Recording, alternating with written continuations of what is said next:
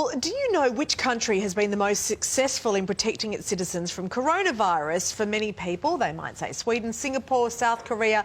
Possibly any of those could come to mind. But incredibly, Vietnam leads the way, and by a considerable margin too. The country of almost 100 million people has had just over 300 positive cases, and it has not recorded a single death from the disease. While you might think those figures could be fake and the real numbers just haven't been reported, they have been verified by a number of world bodies. Joining us now is Matt Young, who is from the Australia-Vietnam Chamber of Commerce in Ho Chi Minh City. Good morning to you. So lovely to see you, Matt. Now, the figures are not fake. When you go through all of the world bodies that have looked at this, they sort of show up to be right. Vietnam is reporting all cases.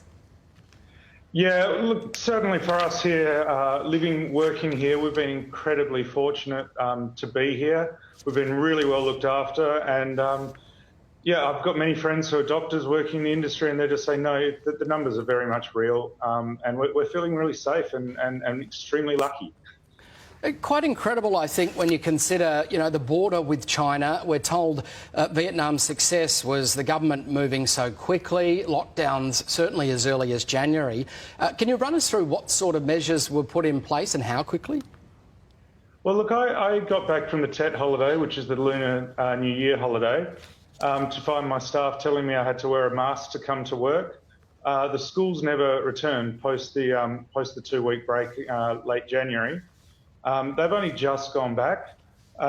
They closed the border to Wuhan initially because we had some workers up there.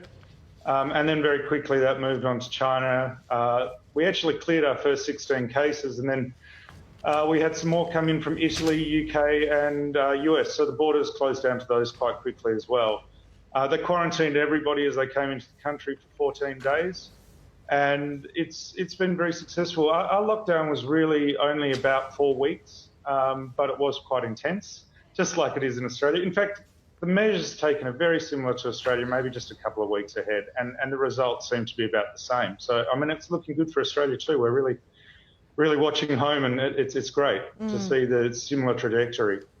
Yes, interesting. People are saying that Vietnam really learnt some lessons after SARS in the early 2000s. Now, Weekend Sunrise had a segment a couple of months ago where we showed Vietnam's public health campaign. Now, at the time, we had nothing here in Australia, but of course, a campaign's no good if the public don't listen. So how did the Vietnamese people respond to that public health campaign?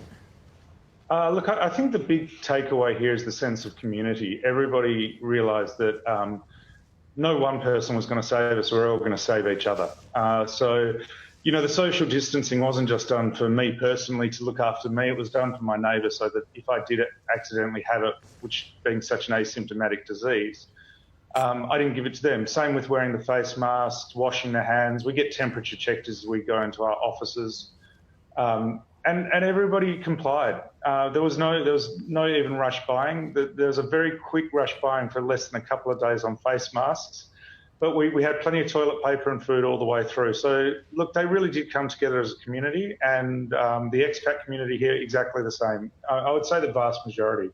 You've always got 0.03% or something that are a bit odd about it, but I would say that the Vietnamese community came together as a community and looked after each other, and that was fantastic. Matt, just quickly, can I ask you about, there's some talk that travel might resume between Australia and New Zealand. I understand the Vietnamese government will also push to be included here on the basis that it's safe there. Oh, look, I certainly can't speak for the Vietnamese government. I did see an announcement yesterday that they're cautiously looking at opening up borders, and the first people they will look to are those who've got a proven track record on containing and looking after the coronavirus. Certainly as a business community, we would support that very, very strongly because obviously we've all suffered here, and tourism's approximately 10% of the Vietnamese economy, so it's a really important thing to us. It's a beautiful country.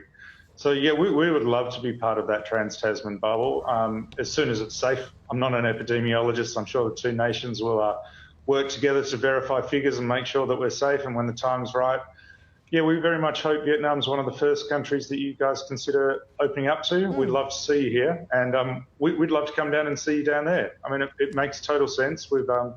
Last year, Australia and New Zealand signed a free trade agreement with ASEAN. So you guys are already close to Vietnam. Yeah. There's great stuff going on at high level, and it would be just fantastic to see Australians back in Vietnam, but safe. Yeah, fingers crossed. It feels like international travel's quite a way away, but that would be a wonderful development. Matt Young from the Australia-Vietnam Chamber of Commerce, thanks very much for your time. Really interesting.